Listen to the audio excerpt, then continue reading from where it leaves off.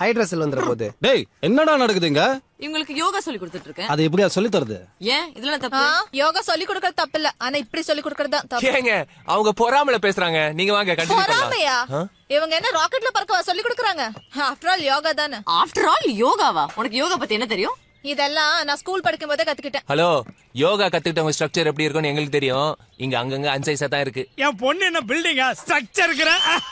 டேய் உன் பொண்ணோட சைஸ பத்தி பேசுறான், அது கோவப்படாம சிரிச்சிட்டு இந்த இருக்கிற. மாதிரி சின்ன விஷயத்துக்குலாம் நான் கோவப்படுறது இல்லப்பா.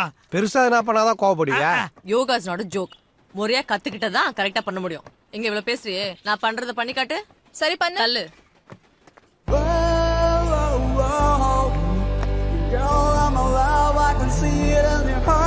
இது பண்ணு. ஆ?